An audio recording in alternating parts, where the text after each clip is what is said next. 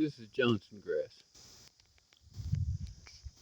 I'm forming the opinion that Earth is selecting for Johnson grass in today's climate because it sucks a humongous amount of carbon out of the air in a year, uses a huge amount of solar energy to do it, and can then, if necessary, be mowed. That's what I'm doing here,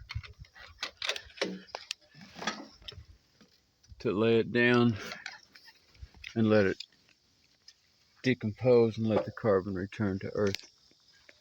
That's, I personify Earth as a living creature, and I don't ask anyone to believe that. I believe it.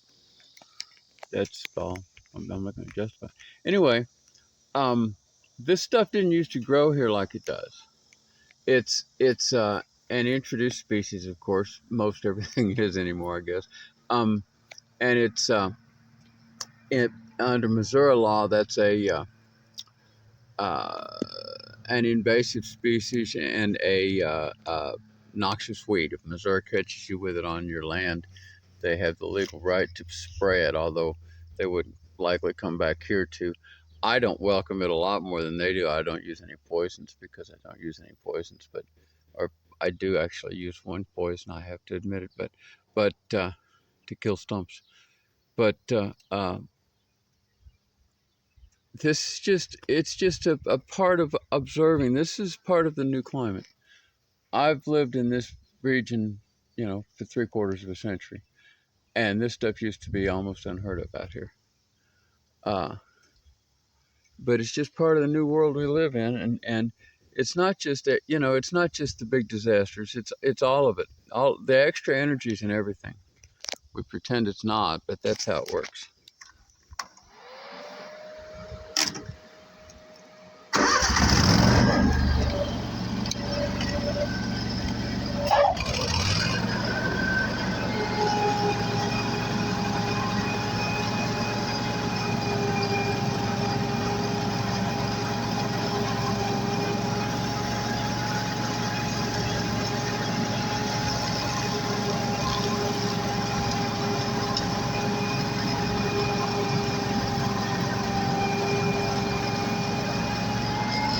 I'd rather be mowing it with donkeys, but I'm not sure how that'll work. That is the question.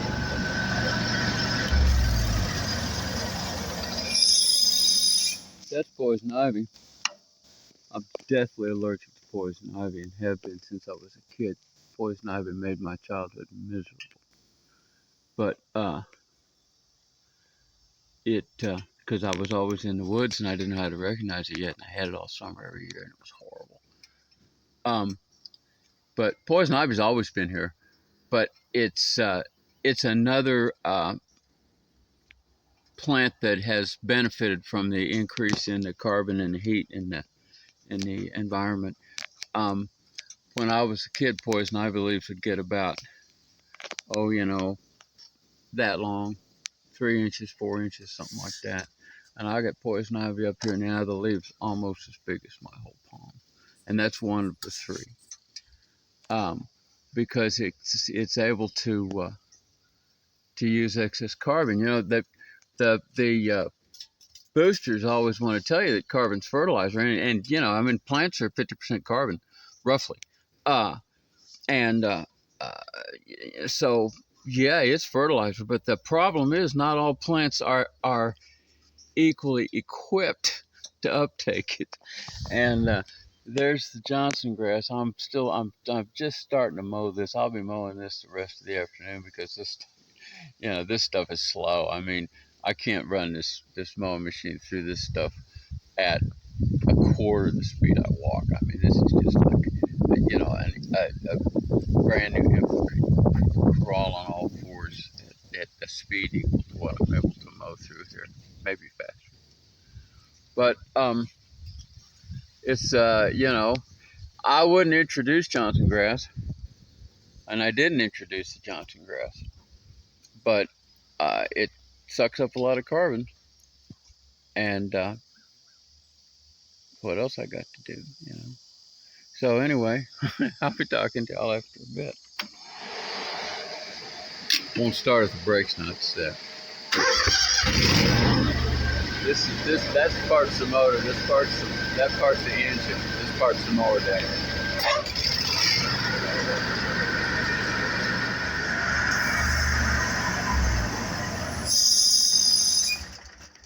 There's a mature climate change poison ivy right there. We got those all over the farm.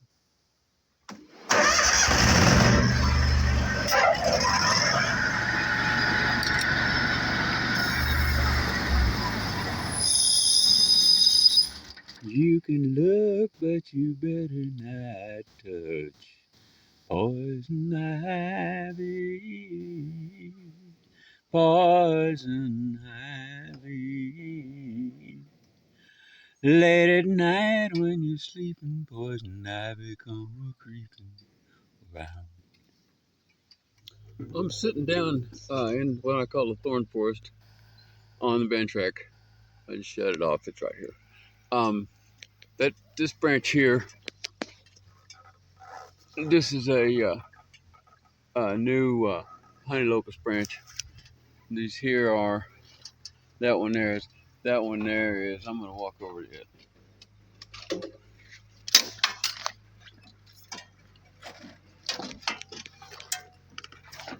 Okay, I'm standing up.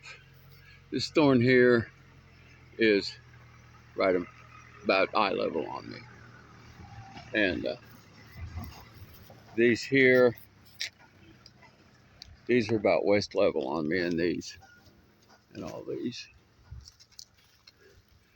and all these, and this is why I call this a thorn forest. This is the trunk of this same tree. This is a honey locust. It's a Native American, Native Missouri tree. It's what's called an old field, and that one there's poison ivy. It lives on the honey locust. It's called an old field invader. It's an early succession tree. There's a process called natural succession. I assume you understand that always after one set of plants has done its job, the next set in order is there to take this plant's result and build of it more. That's how the ecosystem evolves and saves itself from idiots like us. Anyway, these all have grown here this year. I had this this area all cleaned out. I don't take the trees out. I just prune the branches so that I can drive under them in the bench rack without getting slapped in the face. Because all this needs to be mowed. Like here, that's poison ivy.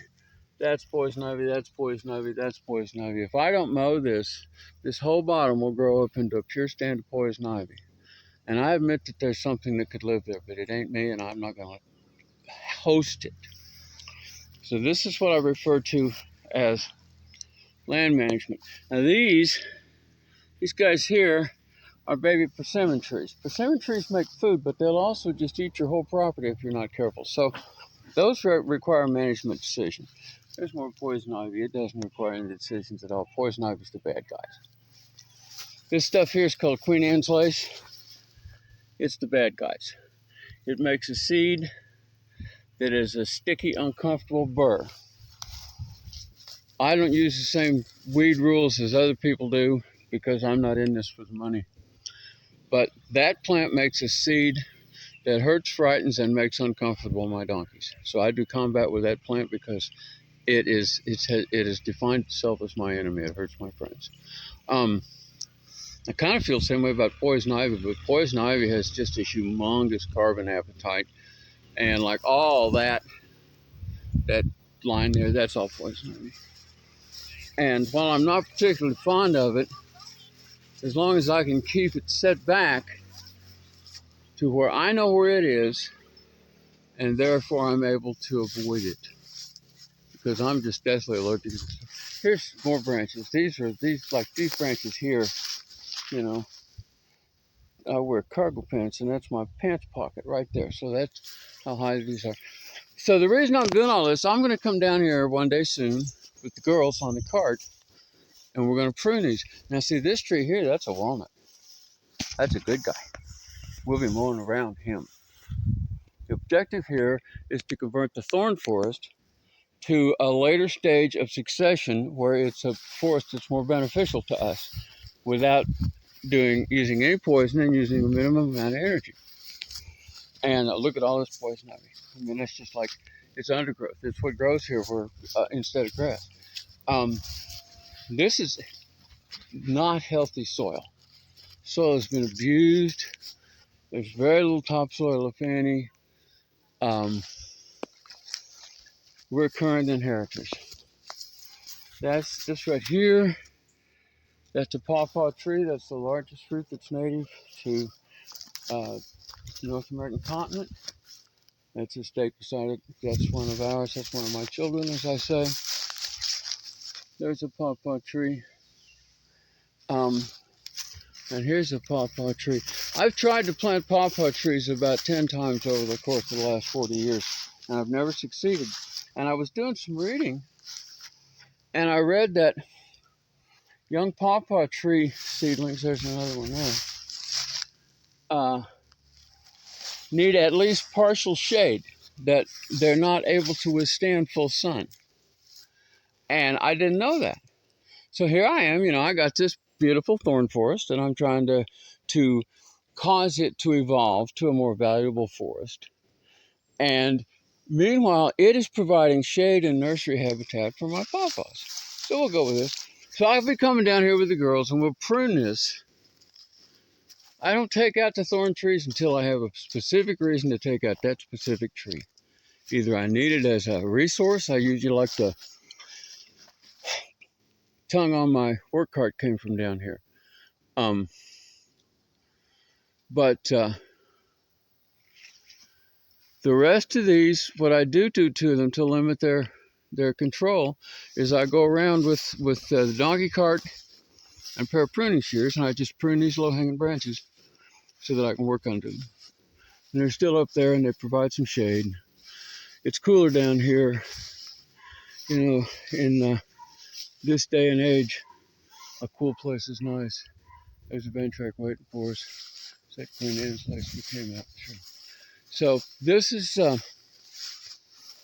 one stage of maintenance, and then when I come down here with the girls and do the pruning, I'll try to hook this video and that one together so that it all makes sense. I'm glad y'all chose to come along. Thank you.